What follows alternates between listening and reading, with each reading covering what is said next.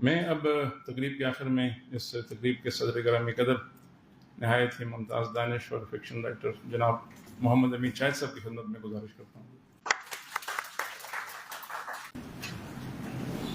بہت شکریہ جی. اتنی اچھی گفتگو ہو چکی اور عابد سیال سے شروع ہوئی اور وحید احمد تک جب آئی پہنچی تو میرا خیال ہے کہ تقریب کا جو گفتگو ہونی چاہیے تھی اور کارآمد چیز تھی وہ مکمل ہو گئی. ڈاکٹر شیر علی جو ہیں بہت محبت کرنے والے ہیں. میں نہیں جانتا کہ اس مجموعے کے لیے، اس صدارت کے لیے مجھے انہوں نے کیوں حکم دیا.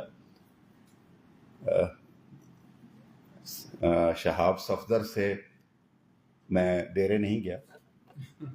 شہاب صفدر کے ساتھ مجھے بہت زیادہ بیٹھنا بھی نصیب نہیں ہوا. یہ میری خواہش تھی کہ کبھی بیٹھ کے ان سے گفتگو ہو، انہیں میں جان سکوں. یہ الگ بات کہ محبت کا ایک سلسلہ ہے اور انہوں نے کتاب عطا کی اور اس پہ بات بھی ہوگی. اور آپ دیکھیے عابد سیال نے جنہوں نے گفتگو آغاز کی، بے ستون ان کا اگر مجموعہ آپ نے دیکھا ہو سبحان اللہ اور پڑھا ہو تو آپ کو پتہ چلے گا کہ غزل کیسے کہتے ہیں اور غزل کیا ہوتی ہے.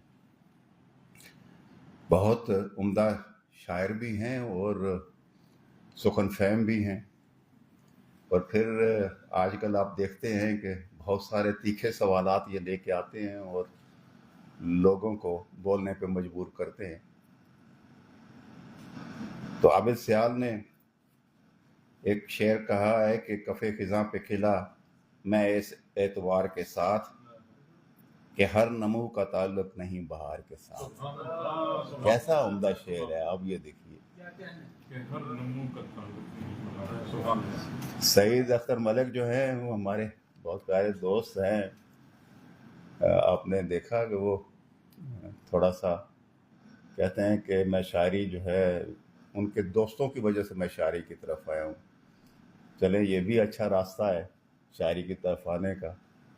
لیکن میں پہلے شاعری کی طرف گیا اور پھر دوبارہ میں دوستوں کو تلاش کیا کہ یار یہ اچھے اچھے شعر کہنے والے کون لوگ ہیں. پھر انہیں تلاش کیا اور ان کے قریب گیا تو ہم دونوں میں فرق یہ ہوا. تو بہرحال بہت خوبصورت انہوں نے بات کی اور انہوں نے مضمون کی. اور دیکھیں کتنے مزے کی بات ہے کہ ایک شاعر کے ہاں ایک غیر شاعر جب غنائیت تلاش کر لیتا ہے اور اسے لطف دینے لگتی ہے تو یہ بڑی بات ہے. انہوں نے اس میں سے ایک شاعر کی کامیابی ہے کہ وہ ہر طرح کے نثر لکھنے والوں کو بھی اور شاعروں کو بھی متاثر کرے.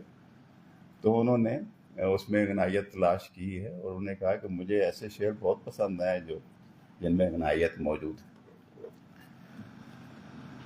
ڈاکٹر مظہر عباس نے بہت یہ ڈاکٹر ہیں اور بچوں کے ڈاکٹر ہیں. میری بیٹی بھی ایک بچوں کی ڈاکٹر ہے تو میں انہیں دیکھتا ہوں تو مجھے اچھا لگتا ہے. ظاہر ہے بچوں میں جو رہتے ہیں تو بچوں کی طرح ہی خوبصورت بھی ہو جاتے ہیں، وہ اچھے ہو جاتے ہیں. بچوں کی اپنی ایک معصومیت ہوتی ہے. انہوں نے شعر و شوق پہ بات کی ہے اور آخر میں شاعری بھی اپنی انہوں نے خراج تحسین شاعری میں پیش کیا. ذہن و دل خود ہوئے تحویل کی تحویل میں. تو یہ بہت عمدہ مضمون انہوں نے لکھا. ظاہر ہے ایسا انہیں کرنا چاہیے. خالد مصطفیٰ صاحب جو ہیں اچھا ہوا کم ملاقات ان سے ہوتی ہے، آج ہو گئی. اچھا لگا. انہوں نے بڑے اچھے بہت اچھا نقطہ انہوں نے بیان کیا ہے. دیکھیں جو شاعر غزل کا شاعر ہے جب وہ فنا فی المذہب ہو جاتا ہے نا، فنا فی العقیدہ ہو جاتا ہے تو ایک دائرے میں وہ چلا جاتا ہے. نتیجہ یہ ہے کہ بطور شاعر اس کی شناخت جو ہے وہ تھوڑی سی مدھم ہونے لگتی. تو بھائی کس نے آپ کو منع کیا کہ آپ غزل کہتے ہوئے وہ مضامین جو آپ کے محبت کے ہیں، آپ کے عقیدت کے ہیں، وہ کہتے نہ چلے. لیکن آپ جب بہت زیادہ ادھر چلے جاتے ہیں تو آپ کی شناخت جو ہے وہ تھوڑی سی جو بطور جو صنف ہے جس میں آپ کا آپ کی شناخت بننی چاہیے وہ ذرا کم ہوتی نظر آتی ہے. لیکن ایسا ہم نے اکثر لوگوں کے ساتھ دیکھا ہے.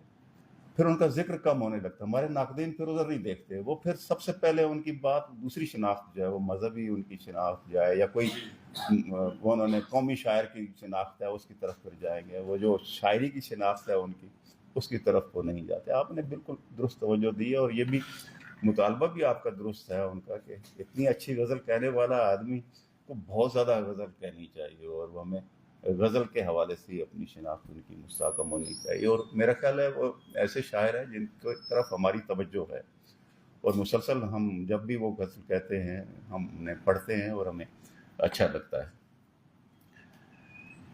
ڈاکٹر وحید تو خیر میں ان کے عاشقوں میں سے ہوں. ان کی شاعری ہم شاعر ہوتے ہیں ہم کم ہوتے ہیں تو ایسا آدمی واقعی کم ہوتے ہیں جیسے یہ کہتے ہیں. اور صرف شاعر ہی نہیں ہے یہ تو نثر کے بھی بادشاہ ہیں. کیا کیا عمدہ انہوں نے ناول لکھے ہیں اور میں خود ان کے ناولوں پہ ایک ناول پہ تو لکھ بھی چکا ہوں. بڑی بات ہے ان کی. ان کو محبت سے ہم پڑھتے ہیں. تو ایسے لوگ انہوں نے ڈاکٹر شیر علی نے یہاں جمع کیے اس شاعری پہ گفتگو کرنے کے لیے. میں نے ایک چند سطریں لکھ لی ہیں. اگر اجازت ہو تو میں وہ پڑھ دیتا ہوں. جی.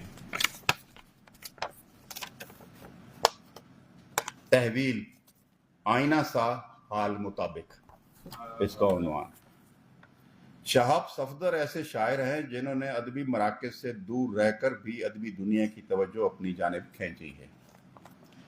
اہم بات یہ ہے کہ انہوں نے کسی چونکانے والے ہیلے کے بجائے اپنے تخلیقی لمحوں میں تہذیبی روحانی اور وجودی تجربے سے رشتہ قائم رکھا.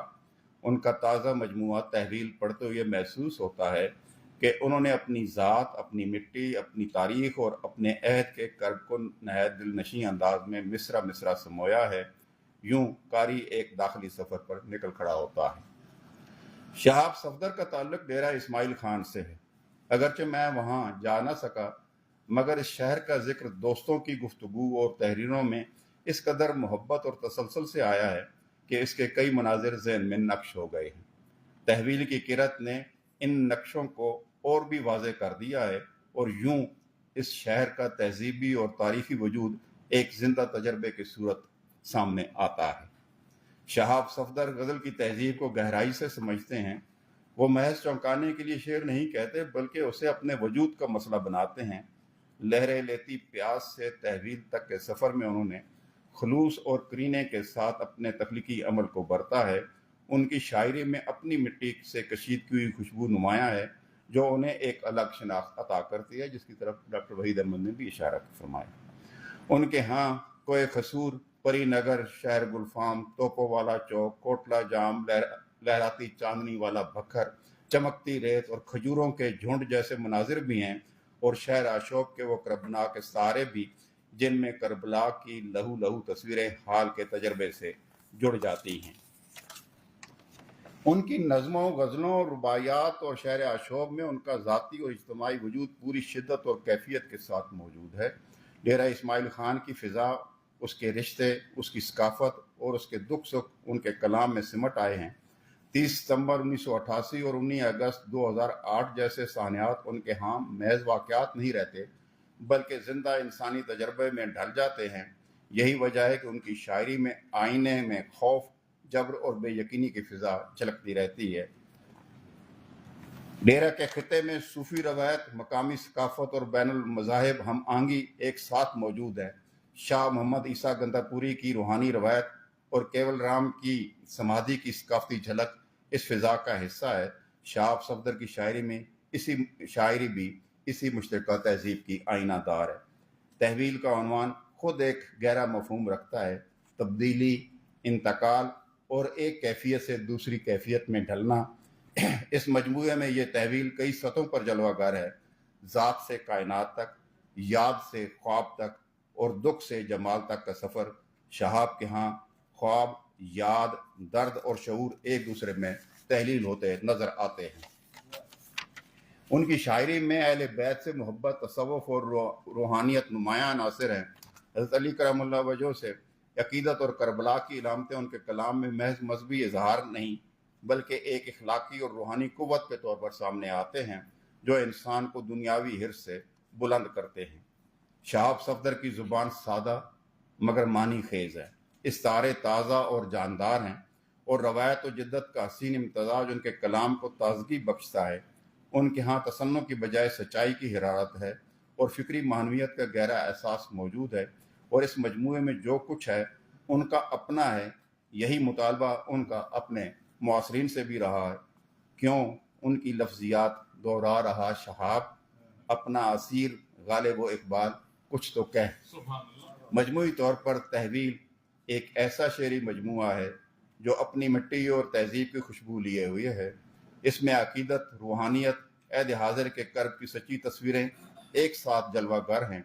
شہاب صفدر کی شاعری میں خلوص، درد اور سچائی کی وہ کیفیت موجود ہے جس کی براہ راست قاری کے دل تک رسائی اور تحویل ہوتی ہے۔ بہت شکریہ جی۔